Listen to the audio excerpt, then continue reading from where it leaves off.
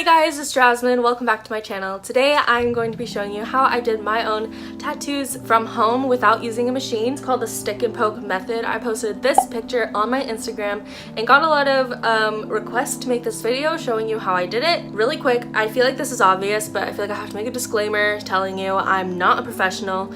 I don't know what I'm doing. Literally everything that I learned was off the internet, which if you have a brain, like that's not the safest or smartest thing to do. So I'm not telling you that this is how you should do it or that this is the right way to do it. This is just how I did my own tattoos and tattoos on my husband because people wanted to know how I did it. If you want to safely get tattooed, I highly recommend that you go to a tattoo shop with someone who knows what they're doing, but ain't nobody got time for that over here.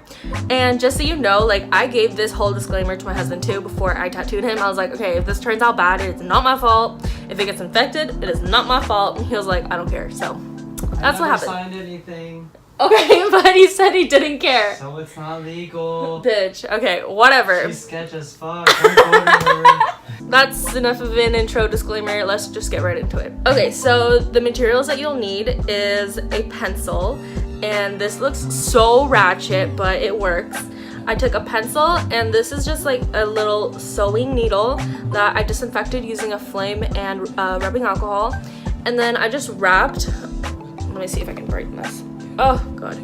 I just wrapped, what is it called? Like thread around it so it'll hold the ink. Turn that back down. So I just wrapped it around and then I just taped it because, I don't know, I just wanted it to be secure. I originally stuck the needle into like where the eraser meets the pencil, but honestly I feel like tape would have just worked fine. And yeah, so to hold the ink, I just use a regular water bottle cap. This is actually like a gallon bottle cap, but any sort of cap that'll have like the ridges to hold it will do.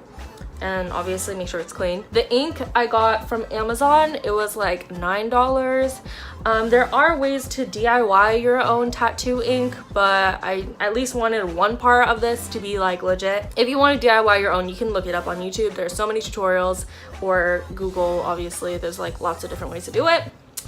And so yeah, to start out, what I did was I shaved the area.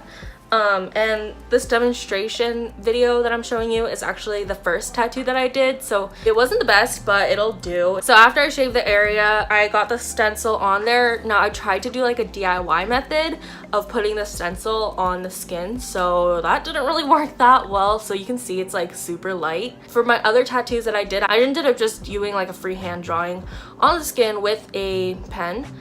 So that kind of worked better because it was darker. Do whatever you have to do to get the image on the skin. And then basically what you do is I just took this, dipped it into the ink up until the ink reached the thread so that it has something to hold on to. If you don't use a thread, the ink's not gonna stay on like a metal needle. So I dipped it, and then I literally just poked over the stencil over and over and over again. And then to wipe the ink, I used a wet paper towel. This video, it shows you that I used a dry paper towel, which didn't really work that well. So the first time around, I just went around and got the basic shape of it so that if I wiped it, I could still see where to poke.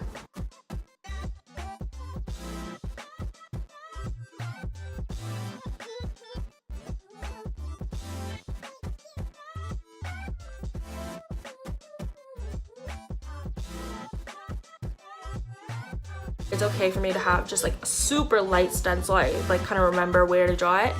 But if you are bad at drawing, I would highly recommend using a permanent marker and let it dry so that if you wipe it, your stencil won't go anywhere. Yeah, guys, like it's honestly simple as that. I just poked it over and over and over and over and over again. And eventually I was done. So this is what the tattoo looks like now. As you can see, the airplane tattoo kind of scabbed over. This happens anytime you get a tattoo. The tattoo I did on myself was a lot thinner, so it didn't really scab that much, and it healed very quickly. Like it's completely healed now. And the tattoo that I did on Shoda's bicep, I think is also thinner, and it was done in 2 sessions, so it didn't really scab like the airplane one did. The airplane one I did like in one sitting, so it was a lot on that one little area. But you can split up the sessions if you have like a big piece, because stick and poke tattoos I don't think are normally recommended for like large pieces, but I did it and it worked out fine. The first one I did like the outline, and then the second time I went back in and did some of the details and the shading. And yeah, in terms of healing, if you do this, you should put on like an ointment or like a Neosporin after you're done. Definitely keep the area clean. To be honest, I didn't do any of that. I just went about life like nothing happened, and mine didn't get infected or anything, no irritation or anything like that. It just healed. But then again, the one that I did on myself is very thin, so I think Shota is gonna have to be more careful with his. In terms of pain, it honestly wasn't that bad.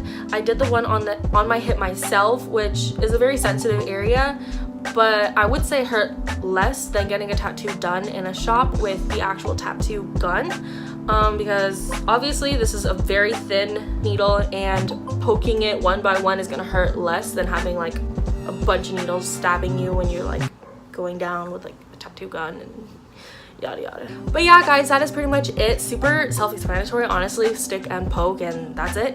If you have any questions, please feel free to leave them down in the comment box below. You can also hit me up on Instagram and connect with me there. And until I see you guys next time, bye guys.